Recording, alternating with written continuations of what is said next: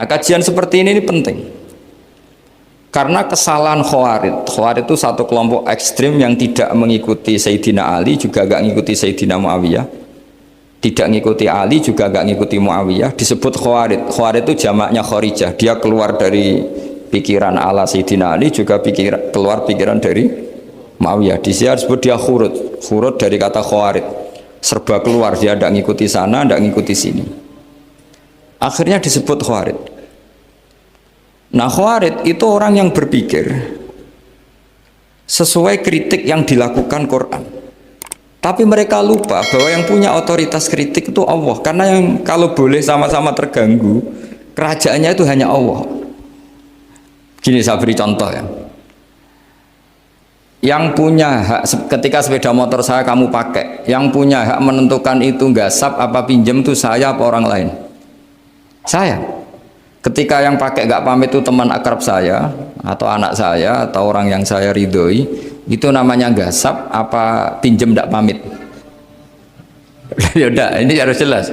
Tadi pagi saya ngaji direktorat, saya bilang di fikih itu ada istilah ulima ridhohu, sesuatu tidak pamit formal tapi sudah diketahui ridhonya. Makanya di fikih ada bab namanya mu'atoh, tadi pagi saya terangkan ya. Di perdebatan fikih itu ada bab namanya apa? Mu'atoh. Mu'atoh dari kata ato yu'ati, mu'atotan, saling transaksi yang non verbal tapi maklum. Ya seperti kalau kamu marung itu contohnya, kalau kamu marung di kantin terus makan gedang goreng, itu nyuri apa beli? Coba jawab saja. Kalau dikatakan beli kamu belum bayar.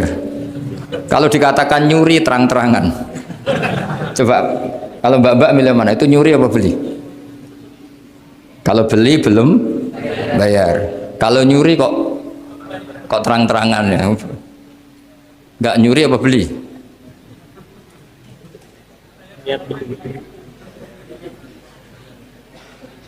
Jadi ada gedang goreng di warung, kamu datang langsung makan, ada kerupuk dimakan, ada telur asin dimakan. Itu nyuri apa beli?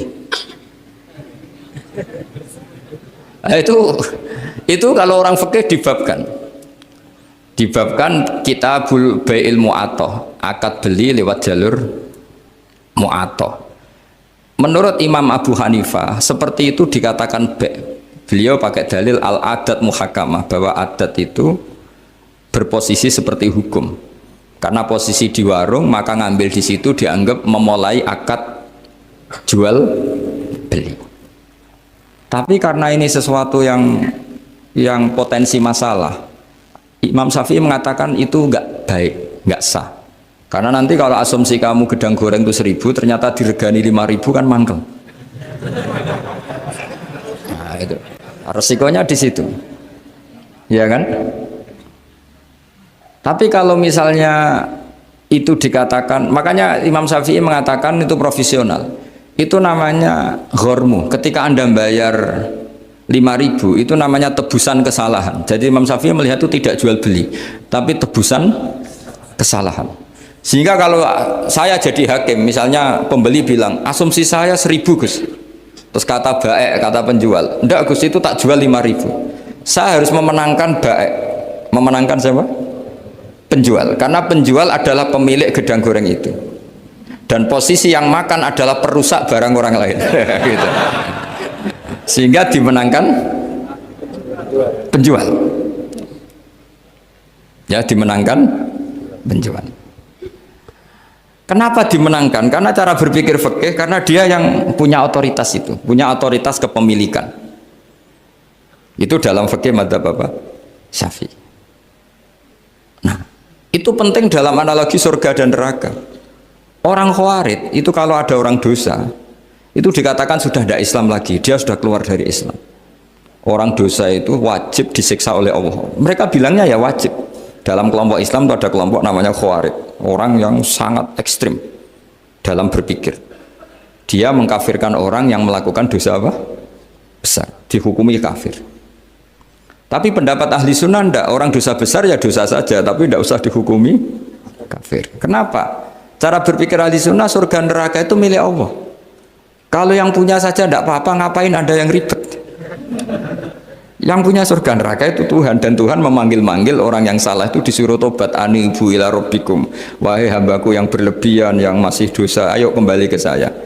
Kapan saja kembali ke saya tak terima. Sehingga dalam mazhab ahli sunnah, otoritas khitab, otoritas kepemilikan yang berhak ya yang punya, orang lain itu nomor 2. Sehingga tadi kalau Anda bawa kayak motor saya dan Anda teman akrab saya, tidak pamit saya, kalau saya bilang itu nggak apa-apa ya nggak apa-apa, kalau saya bilang apa-apa ya apa, nggak penting orang lain. Sehingga ini wilayah yang agak sensitif, tapi ini ilmu, mau tidak mau kita harus dengar. Sehingga di fikih ada bab ulima ridho. Misalnya ada orang makan gedang goreng di warung terus ditangkap Pak polisi, wah ini pencurian, mesti bakulnya nggak terima, enggak pencurian, memang tak jual. Nah, yang kasus begini, ini yang kasus, ini mungkin kasusnya anak-anak yang masih kos atau masih mahasiswa. Warung kantin dijaga ibu-ibu, ada anak makan lahap, dikira belinya cash. Setelah dimakan ternyata akadnya utang. Nah, itu pertanyaannya itu halal apa enggak? Karena asumsi baiknya monggo-monggo, karena apa sudah mengkhayal nanti ada sekian uang cash didapatkan, ternyata nyatet atau hutang. Nah kalau ngomong di depan, Bu saya mau makan di sini hutang, kira-kira enggak boleh. Wah itu ada sekian PR, makanya saya sering muji orang-orang yang enggak alim. Enak-enaknya orang tuh orang enggak alim karena enggak kesulitan seperti ini. Kita sebagai peneliti fikih itu sering kesulitan. Nah sama Anda misalnya naik Grab atau naik taksi atau apa, ketika Anda naik itu posisinya enggak sap apa pinjem, dikatakan akad sewa belum bayar, dikatakan pinjem nanti harus bayar. Jadi ada sekian masail fikih yang jadi perdebatan. Nah, apapun itu nanti kata finalnya itu dia yang punya, yaitu supir taksinya atau baeknya, penjaga warung tadi. Sehingga hukum itu bagi orang lain sudah tidak sah kecuali bagi yang punya. Nah di sini ini kelihatan benarnya mazhab ahli sunnah wal jamaah. Ahli sunnah mengatakan apapun salahnya seseorang setelah dia beragama Islam itu wilayahnya Allah. Kita tidak bisa berbuat apa-apa. Makanya ada ayat laisa laka minal amri syai'un aw yatuba alaihim aw yu'adzibah. Muhammad meskipun kamu kekasih saya, kamu tidak punya otoritas menentukan si A dimaafkan, si A disiksa. Otoritas itu hanya bagi saya kata Allah. Sehingga banyak orang yang Nabi kurang srek karena membunuh pamannya Hamzah malah dikasih tobat sama Allah, namanya Wahsy. Wahsy itu orang yang Nabi gak suka karena pernah membunuh Sayyid Hamzah di perang Uhud, tapi sama Allah marah dikasih tobat. Sa'labah yang sering ibadah di masjid, sering iktikaf, saking seringnya ibadah itu sampai digelari hamamatul masjid, merpatinya masjid. Tapi na'udzubillah beliau malah berakhir dengan su'ul khatimah. Kita tidak pernah tahu. Kenapa begitu? Karena begini, wilayah yang absolut itu hanya milik Allah Subhanahu wa Ta'ala. Sehingga Nabi kalau ketemu Wahsy ya bilang, iman kamu sudah saya terima, Islam kamu sudah saya terima, tapi saya ini manusia, tolong sembunyikan wajahmu dari saya, karena kalau saya ingat kamu itu mangkel, karena ingat kamu pernah membunuh Hamzah. Tapi saya sebagai Nabi harus menerima iman kamu, karena Nabi itu gak boleh dendam. Tapi kalau mangkal-mangkal sedikit kayaknya agak boleh mungkin ya, mungkin itu ya. Tapi profesional, Nabi sebagai manusia nggak berkenan melihat Wahsy, tapi sebagai Nabi legowo terhadap imannya Wahsy. Tapi Allah sendiri yang ngendikan laisa laka minal amri syai'un aw yatuba. Coba orang munafik, kayak apa salahnya orang munafik? Tapi ketika Allah ngendikan tentang orang munafik gimana? Wa yu'adzibal munafiqina in sa'a aw yatuba. Allah bisa saja menyiksa orang munafik insya'a kalau berkehendak ya tuba, atau Allah mengasih tobat. Nah karena pendapat ahli sunnah itu lebih valid sesuai ayat-ayat Quran, maka yang diikuti mayoritas di dunia adalah mazhab ahli sunnah wal jamaah. Dan itu dimulai cara berpikir yang sederhana, yang berhak menentukan khitab ya yang punya, titik itu saja. Yang berhak menentukan khitab ya yang, lah tentu yang punya alam raya ini hanya Allah Subhanahu wa ta'ala. Makanya Allah mensifati dirinya Malik Yaumiddin. Kita tidak bisa. Makanya bahaya ya, pikiran-pikiran kayak Khawarij itu bahaya. Sampai nggak usah tanya saya. Lalu Khawarij kalau di era modern siapa Gus? Anda provokator kalau tanya gitu. Ya itu tidak boleh provokator. Pokoknya pikiran itu salah. karena membatasi otoritas Allah Subhanahu wa Ta'ala. Allah itu paling tersinggung kalau sifatnya dipakai, dicatut. Di Sahih Muslim itu ada riwayat, di hadis Muslim termasuk hadis Sahih itu Bukhari dan Muslim, itu ada seorang soleh sujud. Pas sujud dia diinjek orang preman, kira-kira seperti itu kalau sama diinjek.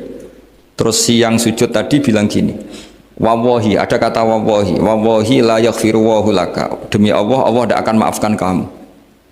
Saat itu juga Allah ngasih wahyu kepada Nabi di zaman itu, bilang ke yang sujud, pahala sujud tak cabut, dia tidak punya pahala, dan yang menginjek dosanya tak ampuni. Terus Nabinya tanya, kenapa ya Allah? Saya tersinggung, kata Allah, hanya disestatuskan nggak bisa memaafkan. Padahal wa anal ghafir wa anal akhid bidzunub, saya adalah zat yang bisa maafkan, bisa nyiksa. Kenapa status saya tinggal satu? Allah kan bisa kan, walillahi mulkus samawati wal ardh yaghfiru liman yasha wa yu'adzibu man yasha. Tapi si yang sujud tadi menstatuskan Allah hanya satu, yaitu yu'adzib, menyik. Itu kata Allah, kok enak, saya ini Tuhan, bisa menyiksa, bisa mengampuni, kenapa status saya jadi satu? Kamu kan mesti gak terima. Status kamu dihilangkan satu, terima enggak kamu? Gak terima. Sebagai suami kamu tetap punya dua status, bisa meneruskan nikah, bisa menceraikan. Coba status kamu tak ambil satu, nggak boleh menceraikan. Istri kamu gendut, walek, cerewet. Wah, posingnya bukan main itu. Sama mbak-mbak juga sama. Sebagai istri harus nurut sama suami gini-gini, tapi juga punya hak rafa, hak mengajukan gugatan cerai jika suaminya tidak jelas. Mau nggak dicabut status hak rafa? Nggak mau. Kalau punya suami walek, jelek, senang goda perempuan lain, itu kan. Nah, Allah itu punya status bisa memaafkan, juga punya status bisa menyiksa. Terus orang-orang yang sok soleh dengan tanda kutip itu kadang-kadang inginnya Allah tuh nyiksa terus sama musuhnya. Kalau sama dia memaafkan terus. Terus corong Jawa kan, aku mbahmu tapi kan gitu kira-kira. Kok enak gitu. Nah, jadi ya sudah seperti itu. Lagi-lagi kata kuncinya apa? Beri otoritas itu hanya kepada Allah Subhanahu wa Ta'ala, karena dia adalah pemilik otoritas sejati. Sehingga zaman Nabi siapa saja itu, ya mungkin orang kayak apa dulu, Khalid bin Walid, perang Uhud kalah, itu panglimanya orang kafir zaman itu siapa? Khalid bin Walid. Dan dia melakukan pembunuhan masif zaman itu, tapi dia dikasih tobat, namanya Khalid bin Walid. Tapi Sa'labah yang tukang di masjid kadang berakhir seperti itu. Ya sudah, akhirnya kita mau tidak mau ya sudah introspeksi. Sampai sesoleh apapun kita selalu diajarkan doa, ya muqallibal qulub tsabbit qalbi ala dini. Karena kayak apa kalau hati kita dibolak-balik? Karena cara berpikir tentang Islam dan tentang ateis atau tentang kekafiran itu mirip satu visi. Makanya hati-hati mahasiswa, karena senangnya berpikir sendiri. Kadang ngelantur kemana-mana.